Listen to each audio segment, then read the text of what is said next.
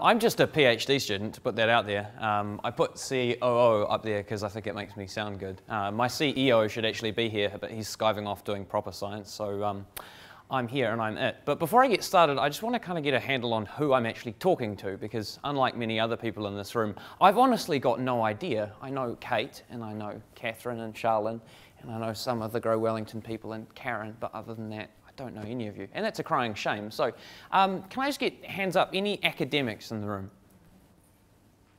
Right, okay, minority. Industry, business people?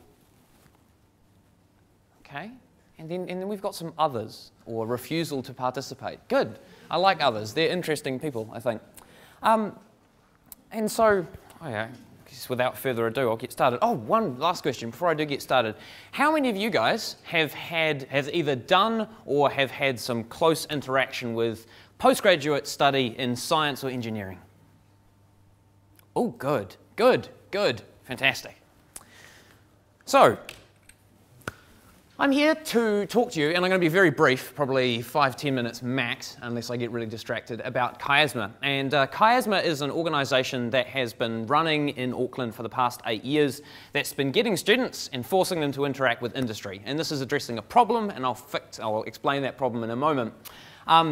Myself and my CEO, Ben Mallett, who are both PhD students with the McDermott Institute, with some support, guidance, and being hit on the head by Kate now and again, to give us a wee bit of direction, decided that Wellington needed this. And so we asked if we could copy their model and bring it down to Wellington, and they said, sure, go nuts, knock yourself out. So that's promptly what we did. So what we're trying to do is get students to talk to industry to deal with this so-called brain drain and this kind of lack of innovation, I guess. And before I go too much further into how we do it and what we're about, I just want to say why.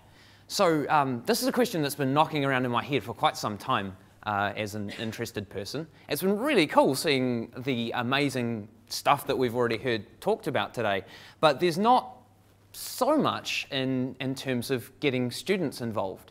And that's a real shame. I think there's a lot of innovation that students can come through, and students by and large are quite interested in something like this. But there's a problem in that they've got no idea where to start, and that's where we kind of step in. We try to get them through undergraduate, postgraduate, PhD, postdoc, any level, and try and get them to interact with industry and get some idea of what the real world is actually like, because to be honest, most of them have no idea.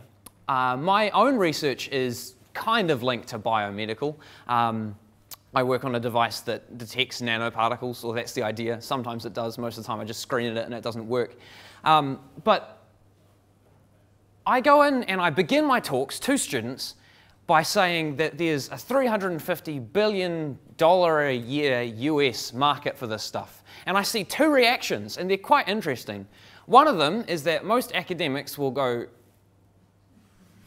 and students will either do the same thing or their eyes will just bulge. It's like they've never heard a number like that before, nor have they thought about a number like that in the context of their research. And I worry that that's becoming an increasing characteristic of science and engineering graduates. They just seem to have no idea about the real world. And it's not because they're not interested, it's not because they're not smart.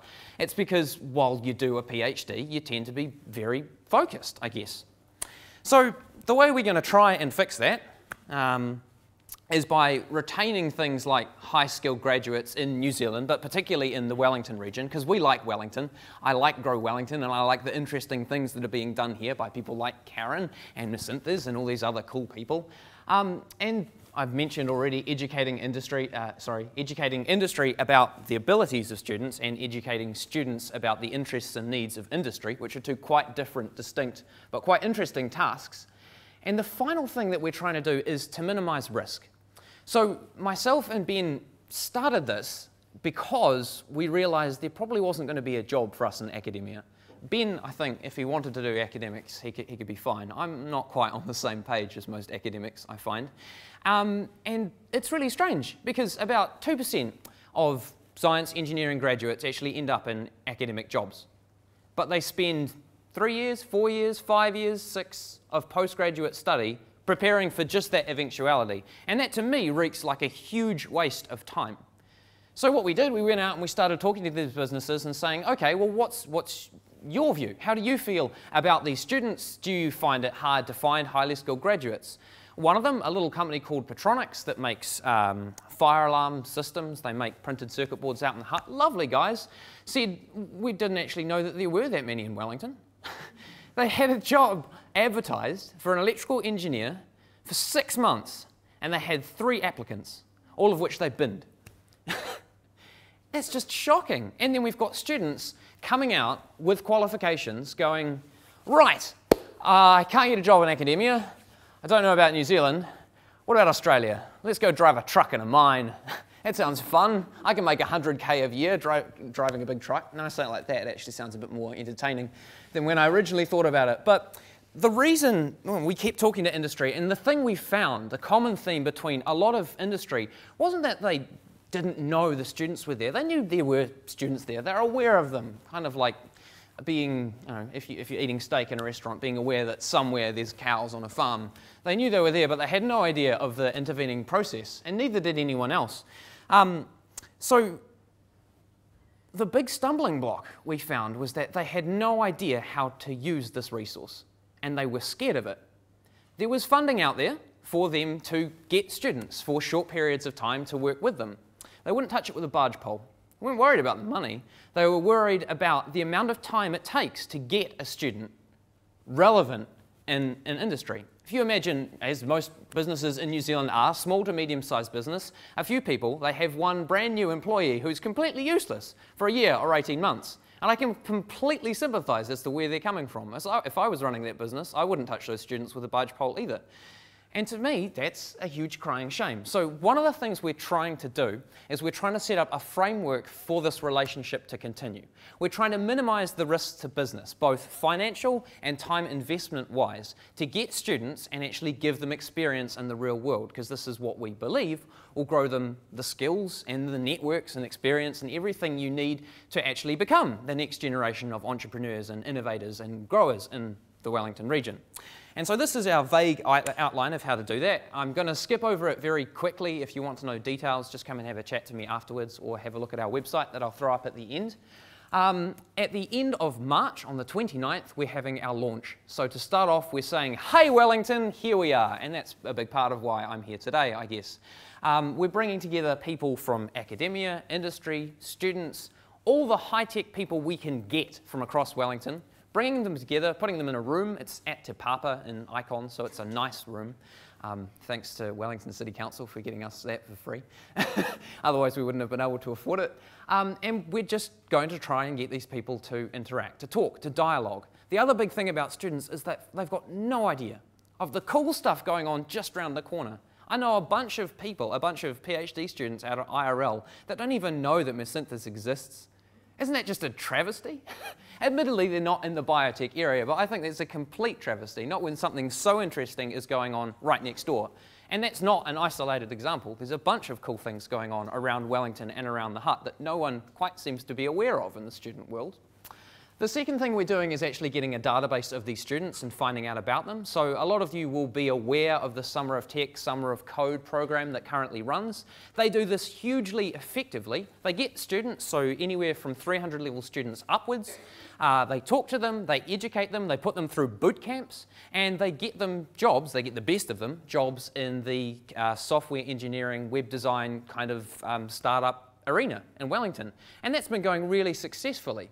We're looking at expanding that model by getting a database of these students in chemistry, biology, physics, engineering, any science or engineering that you can find. We're interested in it, and design as well, I should add, because that's a huge part of it, and making it accessible to employers. So you can actually go and find interesting and interested employees out there in the real world. We also run workshops, so we've got 3 workshops this year. 2 of them are kind of mundane. I'm not too excited about them, but they're necessary. The first one's on science communication. As I'm sure many of you will be aware, this is a skill that many scientists and engineers do need a little bit of, how can I put this delicately, prodding or poking or encouragement to develop. One of them is on CV writing and networking, because it's actually remarkably hard to go into a room and talk to a bunch of people in shirts when you've been stuck in a lab for 3 years and get something meaningful and useful out of it. And the final one, I'm really excited about it, not just because I came up with the idea. Sorry, some shameless self-promotion there. But the third one, we're running an intro to Wellington industry. We're bringing together a bunch of people, hopefully Miss Cynthia, I've got Nancy, she said yes, but I think she has to run it past you first, to come and just talk to students about the cool stuff that they do and their experience with Wellington from all aspects, from engineering to computer design and everything else in between, because students are interested. We also do site visits, so face-to-face is really important. We love the digital high-tech stuff. I spend all my day on the internet, but I never do any work. But we feel site visits are really important for constantly feeding back, for finding out what industry wants, because industries needs change as well. And so we go and we talk to them, we ask them about it. And the final thing is Synapse, and I should highlight that. Synapse is our once yearly large networking event. We bill it like a career expo on steroids, because modern career expos don't work. That's certainly my experience. You go there, you get lollies and free pens, and you turn around and go home. It's not so much what I think a career expo should be about. Who knows? I could be wrong. But I just want to finish up with a couple of notes, because this comes down to a people problem, I think, because PhD students are interested, and they're interesting, and I realize I'm repeating myself, but let me give you a snapshot into what I believe a modern PhD student is. They're a person that spent 3 years of their life focused on one tiny, tiny area of engineering and science. And so, naturally, their worldview becomes pretty focused. But there's more than that. These are the kind of students that work throughout weekends. These are the odd ones that come in at 2 a.m. in the morning to check if their experiment is working. These are the ones that are absolutely committed to what they're doing. And we're losing, they're nut jobs. And we're losing these nut jobs overseas. And I want to highlight 2 of them up there in the corner. They probably realize this when I've invited them along. But Catherine and Charlene are 2 of the best and brightest PhD students I know. They are both in the biotech sector, so if you're looking to employ. But my point here is not that they're amazing scientists. They are, don't get me wrong. My point is that their extracurricular stuff, the stuff that I know as a fellow student that you guys don't, would make me trust them with my life, and certainly with my business. I can say that unequivocally. There are other PhD students I know that I wouldn't trust with a quarter or a dollar or anything. And I can tell you the difference between those, and that's where Chiasma sits. Chiasma sits squarely in that place where we know who's good, we know who you can trust, and we know who has the skills in the right areas. All we would like to do with you guys is help you to find them and help you to use them to the best of your ability. And I think I'll finish it up there.